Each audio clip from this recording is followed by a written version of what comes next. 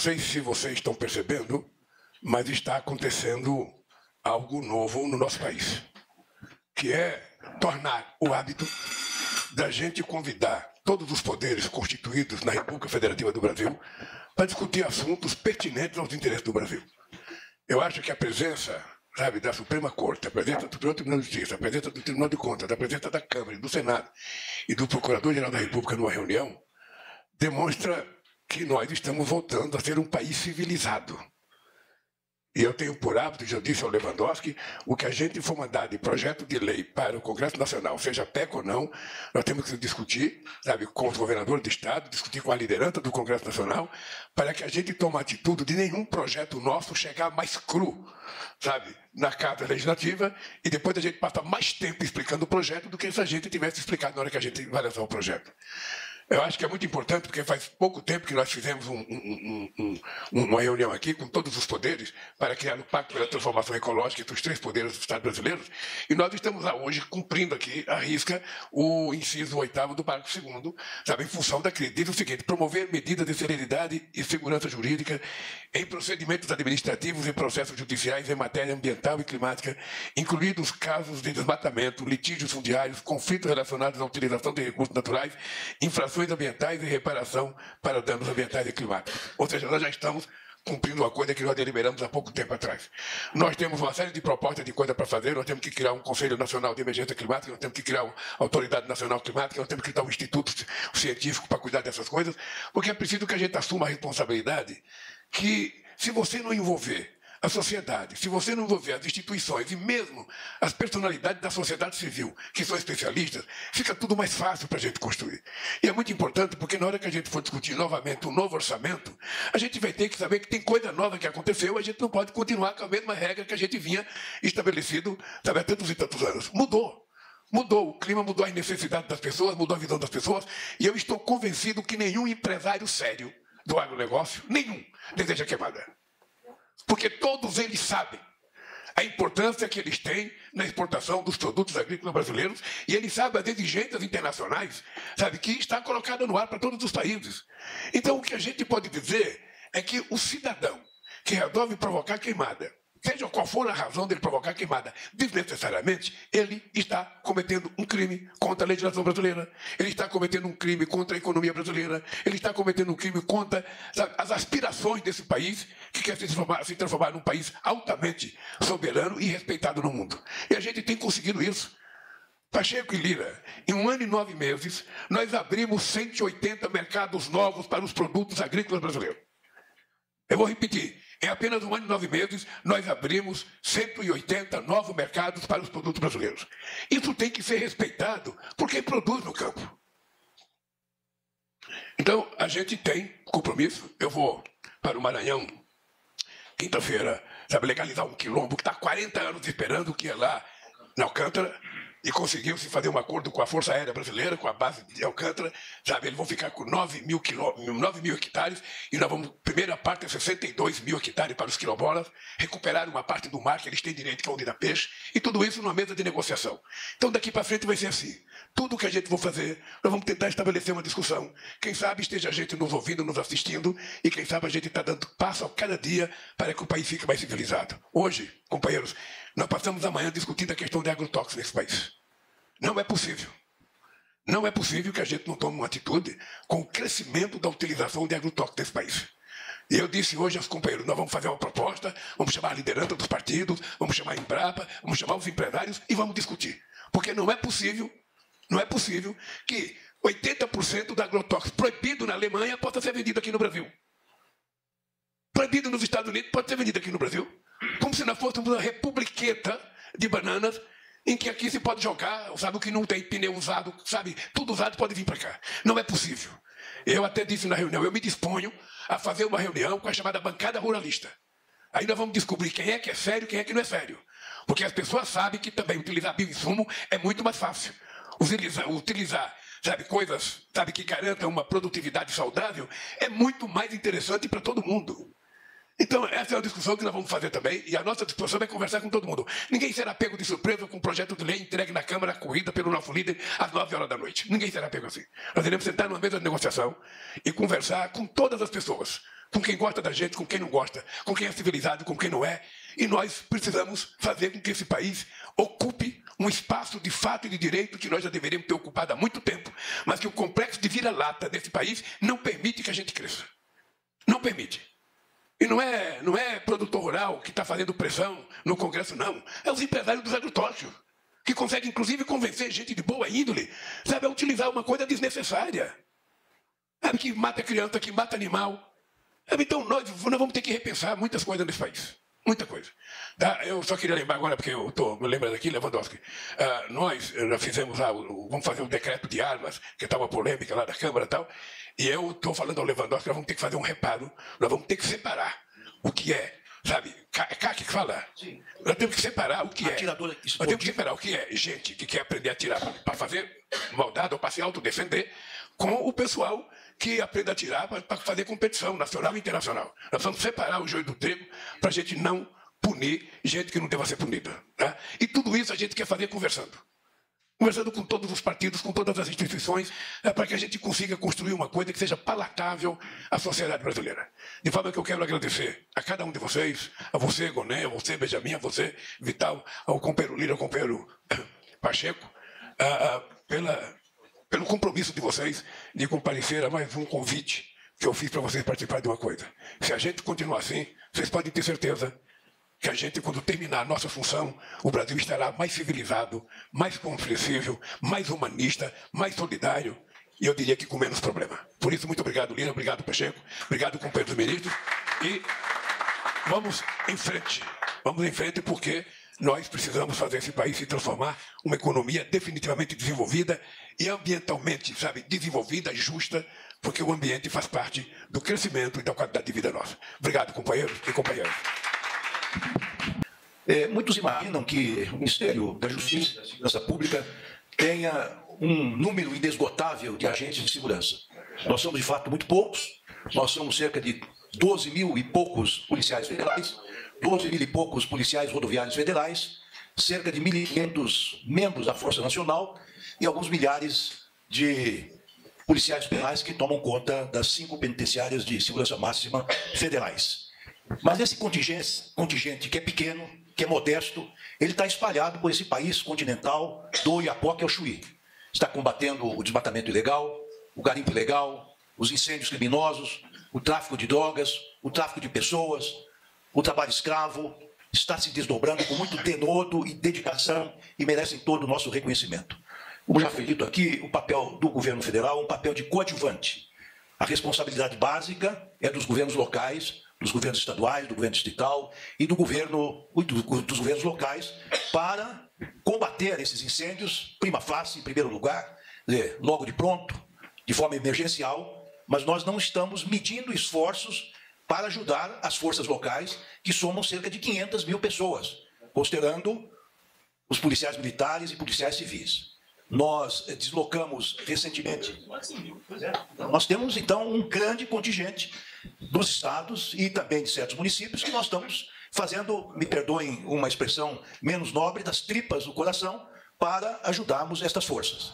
Nós já tínhamos, logo no início dos incêndios, mais de 150 membros das forças, da Força Nacional no norte do país. A estes membros das Forças Nacionais se somaram mais 150 bombeiros, sobretudo.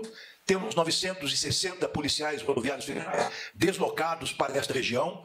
Temos mais de 5 mil inquéritos abertos para apurar infrações ambientais. E nos últimos dias abrimos mais 83 inquéritos da Polícia Federal para apurar incêndios criminosos.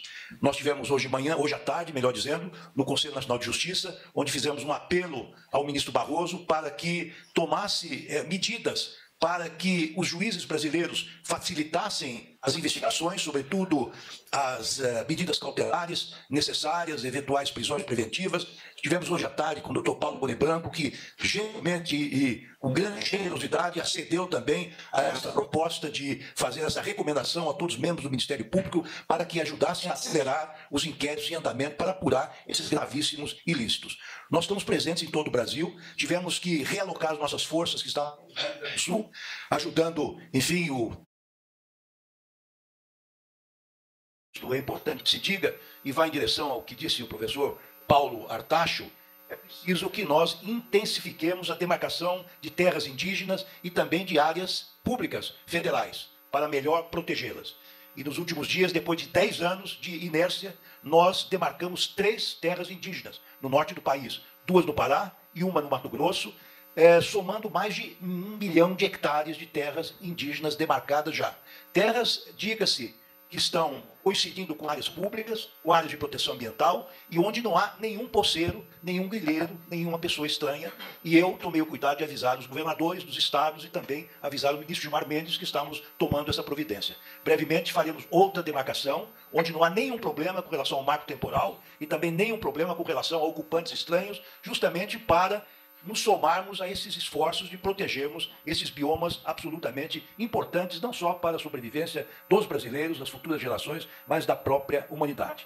Queria fazer uma breve menção, com a permissão do senhor presidente da República, aproveito para cumprimentar nosso vice-presidente, então, fiz a menção à sua excelência, para dizer que propusemos ao senhor presidente da República uma PEC, para que possamos fazer esta coordenação das forças de segurança nacional. O artigo 144 da nossa Constituição lista cerca de 10 polícias. Polícia Federal, Polícia Rodoviária Federal, Polícia Penal Federal, a Força Nacional, as polícias civis, as polícias militares, as guardas nacionais, os peritos criminais, as polícias penais estaduais, cerca de 10 polícias listadas na Carta Magna que precisam uma coordenação. Nós sugerimos ao senhor presidente da República e ele nos incentivou a debater inicialmente esta PEC com as lideranças, enfim, da sociedade civil e também com os governadores e também com o próprio Congresso Nacional. Ela pretende conceder à União a competência para estabelecer diretrizes gerais em matéria de segurança pública, defesa social e sistema prisional, sem prejuízo da competência comum e concorrente dos demais entes federados. Pretendemos também nessa PEC reforçar um pouco o papel da Polícia Federal no sentido de proteger florestas, matas e áreas de preservação ambiental. E também combate ao crime organizado e às milícias privadas. E também é uma proposta talvez um tanto quanto ousada, mas muitos países adotam, transformar a Polícia Rodoviária Federal em Polícia Ostensiva Federal. Assim como muitos países têm uma Guarda Nacional, nós precisamos ter uma polícia ostensiva que possa atuar em todo o território nacional, como de fato já está atuando. Senhores presidentes da Câmara e senhor presidente do Senado Federal. A Polícia Rodoviária Federal já saiu das rodovias e nós pretendemos que ela patrulhe as hidrovias, ferrovias e rodovias e possa também acorrer em auxílio às forças locais quando requisitadas pelos governadores. É uma PEC simples, com cerca de meia dúzia de artigos, que também prevê um fundo nacional de segurança pública que é imune a contingenciamentos. O que se pretende fazer é que aquela lei de 2018 que criou o Sistema Único de Segurança Pública seja constitucionalizado à semelhança do SUS, do Sistema Único de Saúde, e o mesmo e da forma semelhante ao que ocorre com o sistema de educação. É só assim, senhor presidente Lira, que nós podemos combater de forma eficaz, coordenada, o crime organizado, que não é mais local, é um crime interestadual e internacional. É preciso fazer essa conjugação de forças, mas se nós não dermos poderes à União, claro, limitados, em termos de diretrizes gerais, para fazer essa coordenação, essa integração, não será possível vencermos esses enormes desafios. Então, são essas medidas, em linhas gerais, que estamos desenvolvendo e estamos trabalhando intensamente no auxílio das forças locais para, neste momento, combater os incêndios que irromperam em todo o país, claro, sem prejuízo das missões constitucionais das forças federais. Era isso que eu tinha a aduzir, agradecendo a atenção de todos. Muito obrigado. Primeiro, nós estamos, como o senhor disse, vivendo a pior seca da América do Sul, uma das piores secas do planeta e do Brasil, a maior seca, segundo os climatologistas. Nesse momento, das 27 unidades da federação, só 2 não estão em situação de seca, sendo que em 9 estados estão 100% em situação de seca. Uma outra coisa, presidente, é o fato de termos a umidade relativa do ar, em algumas circunstâncias, em até 7% de umidade relativa do ar. A média de umidade relativa do ar no deserto do Saara é entre 14% a 17% de umidade relativa do ar. Portanto, É como se fôssemos um barril a céu aberto. E somos 8 milhões de quilômetros quadrados, com matéria orgânica altamente ressecada, em processo de combustão rápida, que qualquer faísca de fogo pode gerar um incêndio. Tem uma dinâmica do fogo, presidente, que é diferente da dinâmica do desmatamento. O desmatamento ninguém faz em 1 hora, 2 horas. Eu recebo um alerta do INPE e as equipes vão lá, autuam, multam. Eu tenho alguns dias para fazer um desmatamento. Alguém com um palito de fósforo, em menos de 20 minutos ele produz um incêndio. O equipamento tecnológico de que nós dispomos, para que eu possa ter a imagem de satélite, processar essa informação, leva pelo menos 40 minutos, ou seja, o fogo já se alastrou. Então, é uma complexidade muito grande o processo de monitoramento em relação aos incêndios. Eu vou ser bem econômica, mas dizer, presidente, que eu celebro todos os esforços que vêm sendo feitos desde o dia 1º de janeiro, onde o senhor recriou o Fundo Amazônia, restabeleceu as competências do Ministério, do IBAMA, aumentou o nosso orçamento, agradecendo aqui o Congresso, nas pessoas do presidente Pacheco e Lira, em 18%. Eu não consigo imaginar, que foi a PEC da transição, o que seria de nós se tivéssemos ainda numa situação de completo desmonte da agenda ambiental brasileira. Nós reduzimos desmatamento em 50% o ano passado, 45% esse ano, evitamos lançar na atmosfera 250 milhões de toneladas de CO2, esse ano já evitamos lançar 180 milhões e no passado nós havíamos, no seu governo, evitado 5 bilhões de toneladas de CO2, a maior contribuição já dada no mundo até hoje por um país. Então, essas medidas todas fazem com que nós possamos dizer que fizemos os esforços todos que eram necessários do ponto de vista de ter uma ação preventiva. Nós podemos distribuir para os senhores uma linha do tempo de tudo que foi feito de 1º de janeiro até o presente momento. Desde rearticular o plano de prevenção e combate ao fogo, de decretar a proibição de fogo já em abril desse ano, em fevereiro do ano passado. Infelizmente, alguns estados só foram fazer isso há 2 semanas atrás. Nós fizemos, o senhor fez medida extraordinária para orçamento, crédito extraordinário. Temos uma sala de situação há quase 3 meses funcionando com a coordenação da Casa Civil, a coordenação executiva do Ministério do Meio Ambiente, da Defesa e da Justiça. Nesse momento, presidente, nós temos acontecendo no nosso país 690 incêndios. Desses incêndios, nós conseguimos, numa verdadeira força-tarefa, em parceria com os estados, o Exército, a Marinha, a Aeronáutica, Corpo de Bombeiro dos estados, os nossos mais de 3.000 brigadistas do IBAMA, do ICMBio, nós conseguimos já extinguir cerca de 290 incêndios. Nós conseguimos controlar, presidente, 179 incêndios. E nós ainda estamos em combate em 108 incêndio. Mas para os senhores terem uma ideia da magnitude do problema, nós temos hoje cerca de 106 incêndios ativos que não têm combate. Esses incêndios não têm combate ou porque estão em área remota ou porque ainda os nossos equipamentos têm dificuldade de acesso. E quando eu vejo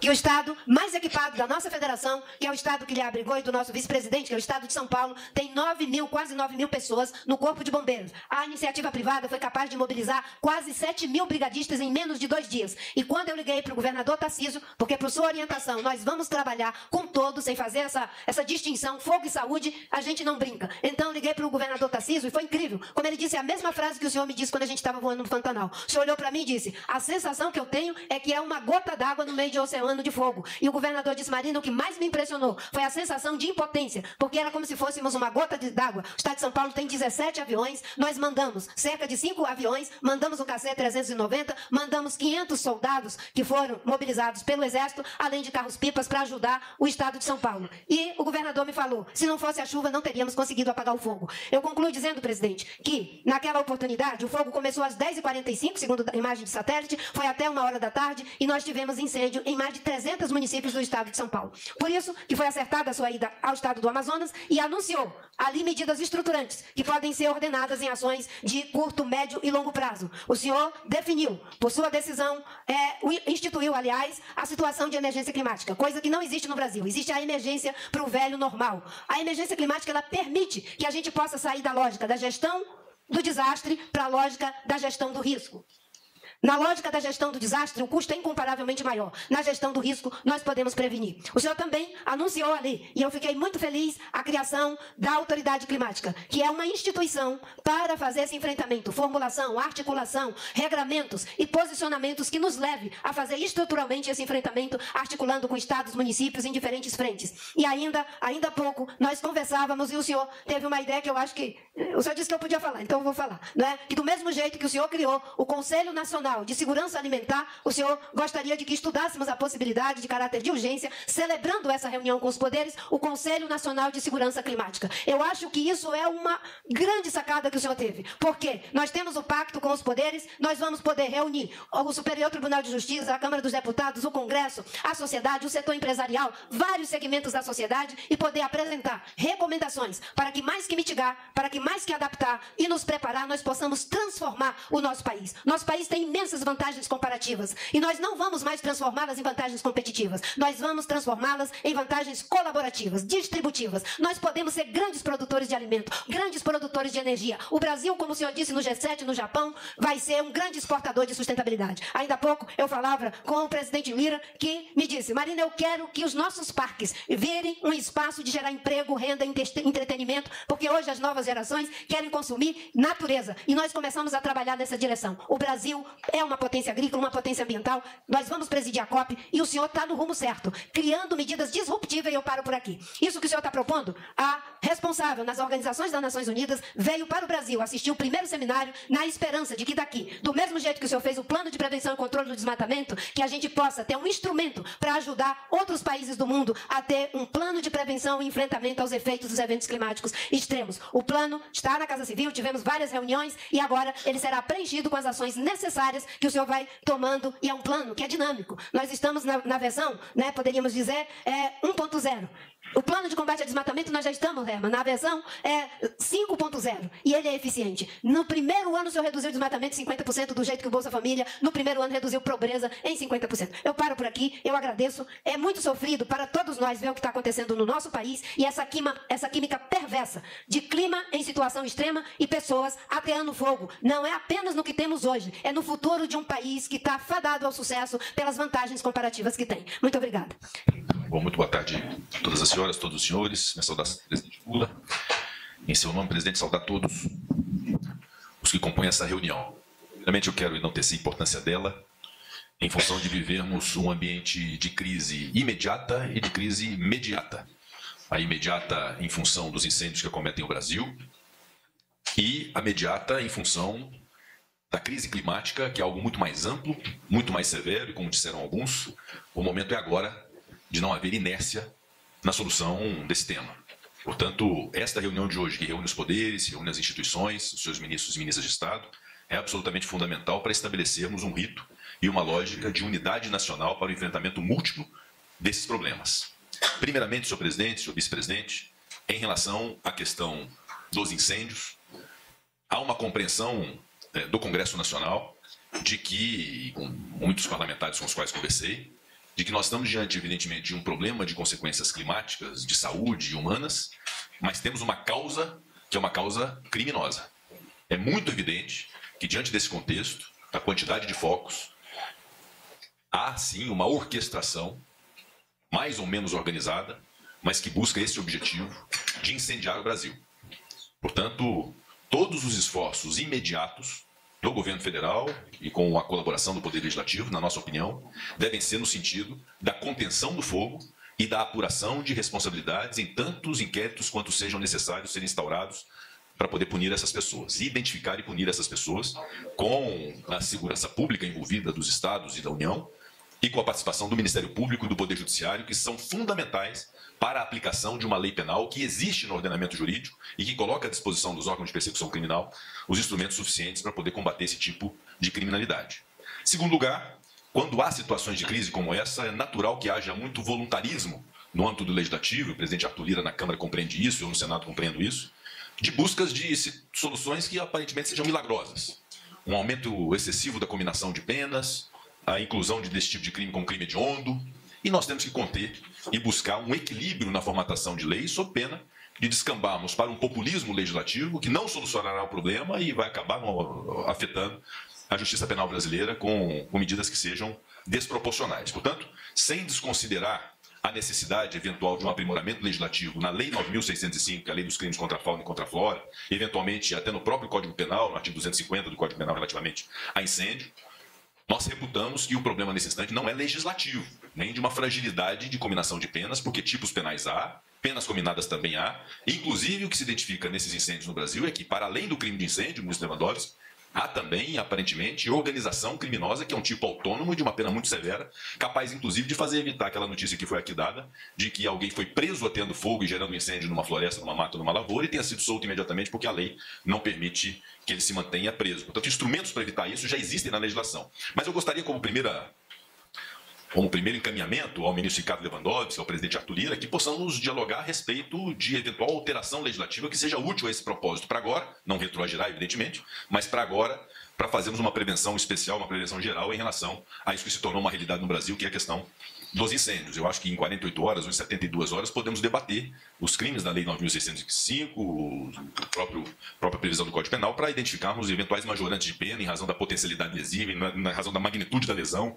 Uma coisa é atear fogo em 1 hectare, outra coisa é atear fogo alastrado por um parque florestal que atinge vilas, atinge comunidades, enfim. Eu acho que essa discussão é muito salutar nós temos e fazemos uma evolução legislativa. E um ponto que eu gostaria de destacar de importância também, que eu considero que é uma mensagem importante dos poderes da República, o presidente Lula, e eu acompanhei na COP28 e vi como Vossa Excelência é respeitado como uma liderança mundial e de responsabilidade nesse tema ambiental, é muito importante transmitirmos a mensagem de que o que acontece no Brasil, seja em relação a incêndio, seja em relação a desmatamento, são coisas marginais, são coisas clandestinas.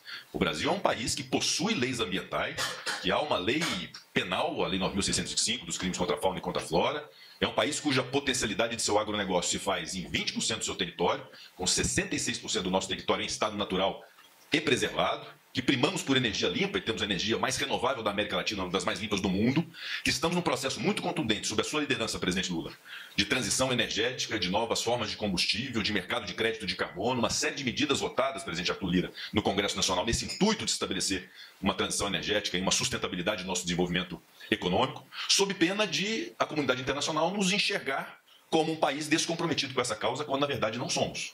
Essa mensagem eu considero fundamental ser dita pelo presidente Lula, por nós presidentes de poderes, para que tenham a compreensão de que nós estamos lidando com uma marginalidade que haverá de ser combatida com bastante veemência. E por fim, que todo esse nosso comprometimento, que precisa ser sério em relação à questão climática, e a atestação do professor, do secretário, é absolutamente verdadeira e nós temos que nos alarmar com ela e com essa realidade, mas que não afetemos algo que é fundamental para esse próprio combate, que é a geração de riqueza no Brasil. Nós não podemos achar que é vergonhoso sermos o maior produtor de soja do Brasil, o maior produtor do mundo, o maior produtor de celulose, de açúcar, de gado bovino, de petróleo. Nós temos que ter orgulho do nosso desenvolvimento econômico, gerarmos riqueza e fazermos com que esta riqueza seja revertida a partir de um sistema de reforma tributária melhor distribuído para poder fazermos, inclusive, que as comunidades que hoje estão nesses biomas possam ter algum benefício de manter essas florestas intactas em pé e não precisem dela se valer para poder se sustentar. Então, essa lógica eu reputo fundamental e aí, objetivamente, presidente, numa questão mais ampla, que foge à questão propriamente dos incêndios, a remuneração dessas comunidades mais pobres que vivem nesses biomas para que elas possam ser estimuladas a proteger o meio ambiente, o aparelhamento de órgãos ambientais e evitar desmontes que eventualmente possam afetar esse combate, a excepcionalização dos grandes projetos das Forças Armadas para poder fazer essa excepcionalização do teto de gastos, para poder fazer com que esses projetos sejam estabelecidos e previsíveis a longo prazo no Brasil, e um investimento muito maciço em tecnologia e em pesquisa, para que possamos ter um desenvolvimento econômico sustentável, porque, na minha opinião, o ministro Herman Benjamin, que Vossa Excelência que é um professor da matéria, é perfeitamente possível compatibilizar o nosso desenvolvimento econômico, das nossas riquezas minerais, das nossas riquezas produtivas, com a preservação do meio ambiente, sobretudo utilizando-se tecnologia e pesquisa. E por fim mesmo, presidente, uma outra preocupação que me toca nesse momento. Hoje eu recebi a presidente do Conselho Federal da Alemanha e conversamos longamente sobre diversos temas, e um tema que eu destaquei, que é de grande preocupação do Congresso Nacional. Nós temos na iminência, no dia 30 de dezembro de 2024, de termos o obstáculo das nossas exportações, das nossas commodities e produtos agrícolas em função de uma compreensão da União Europeia acerca de produtos feitos a partir de desmatamento. E é evidente que nós somos contra desmatamento ilegal e qualquer produto que advenha dele, nós temos que rechaçar, punir e evitar. Mas é muito importante o esclarecimento público do Brasil de que supressão vegetal, nos termos da lei ambiental brasileira, que é rigorosa, nos termos de autorizações de órgãos ambientais, essa supressão vegetal não constitui o desmatamento ilegal que precisa ser combatido no Brasil e mundo afora. Esse esclarecimento é fundamental, sob pena de sacrificar produtores pequenos, produtores médios no Brasil, a pretexto de uma causa que é muito nobre, mas que nesse caso não pode ser alcançada porque no final vai prejudicar muito a economia do Brasil. Portanto, esse esclarecimento sobre o que constitui desmatamento ilegal passível de obstáculo e de embargo à produção nacional também eu considero muito importante. Essas sugestões que eu gostaria de dar em nome do Senado, lembrando que é uma casa plural, uma casa difícil de ter unanimidade, mas é um encaminhamento que reputo honesto de nossa parte de fazermos dentro dessa comunhão de esforços para enfrentar a questão climática. Muito obrigado. Só duas pequenas informações antes de passar a palavra para o presidente Lira. Eu estarei com a negociadora da Comissão Europeia, da União Europeia, agora em Nova York. E um dos assuntos que eu vou conversar com ela é para que ela não coloque esse tema no acordo entre Brasil e América do Sul e a União Europeia, porque passaram 30 anos dizendo que era o Brasil ou a América Latina que não queria fazer um acordo. Pois bem, nós decidimos, temos proposta, e, portanto, agora não inventem outro argumento para dizer que vão dificultar o acordo. Eu vou lá com uma dessas missões. A outra coisa importante para quem vai falar depois de mim é o seguinte: eu tive uma conversa muito longa com o ministro Zé Múcio e com o general Tomás. E a sugestão que eu dei para ele é que daqui para frente, todos os 70 mil recrutas que são convocados para as Forças Armadas todo ano, e que a gente não tem guerra, portanto não precisa preparar ninguém para a guerra, porque a gente não vai querer guerra, que essa meninada seja preparada para a questão, sabe, de enfrentar a questão climática, sobretudo aprendendo a ser brigadista e a lidar com enchente, com fogo e com outras coisas mais, porque quando eles saírem, nós vamos ter que trabalhar muito, sabe? As prefeituras poderão ter gente especializada na sua cidade. Esse é um tema que eu quero conversar com a próxima marcha dos prefeitos. Ao invés de eles trazerem só uma pauta de reivindicação, nós entregarmos para eles uma pauta de reivindicação que cada prefeitura tem que ter brigada, cada prefeitura tem que ter gente especializada na defesa civil, porque não é um problema do governo federal. Ou seja, quando dá uma dor de barriga em Roraima, quando dá dor de barriga no Acre, é um problema que lá tem que ter estrutura para cuidar disso, não precisar ficar se socorrendo no governo federal. Então essas coisas vão acontecer já dentro da gravidade do problema climático.